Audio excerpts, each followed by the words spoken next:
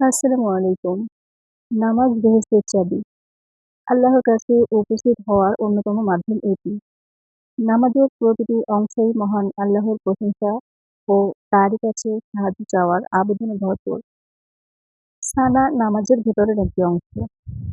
আল্লাহু আকবার বলেন, তাকবীরে তাহরিমা বাঁধার পর প্রথম যে কাজটি করতে হয় তা হলো সানা পড়া।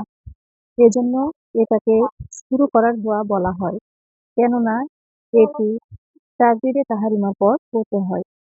এটি মহান আল্লাহ তাআলার জন্য বান্দার পক্ষ থেকে মানপত্রও বটে।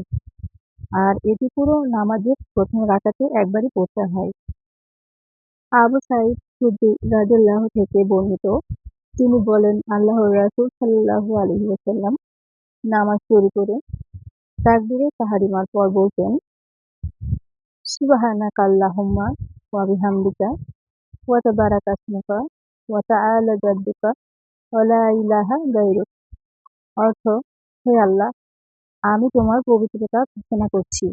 তুমি প্রশংসাময়, তোমার নাম বরকতময়, তোমার মর্যাদা অতি উচ্চে, আর তুমি ব্যতীত সত্যিকার কোনো মাবুদ নেই।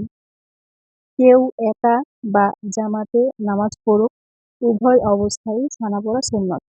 তো বন্ধুরা, এতক্ষণ সাথে থেকে পুরো ভিডিওটি দেখার জন্য সবাইকে অসংখ্য ধন্যবাদ। ভিডিওটি কেমন লাগলো তা অবশ্যই লাইক কমেন্ট করে জানাবেন। আর যারা এখনো আমাদের চ্যানেলটিকে সাবস্ক্রাইব করেননি তারা অবশ্যই চ্যানেলটিকে সাবস্ক্রাইব করবেন। যদি ফেসবুক পেজ থেকে দেখে থাকেন তাহলে অবশ্যই ফলো করে রাখবেন। ধন্যবাদ সবাইকে। দেখা হবে ইনশাআল্লাহ নতুন কোনো ভিডিওতে। আল্লাহ হাফেজ।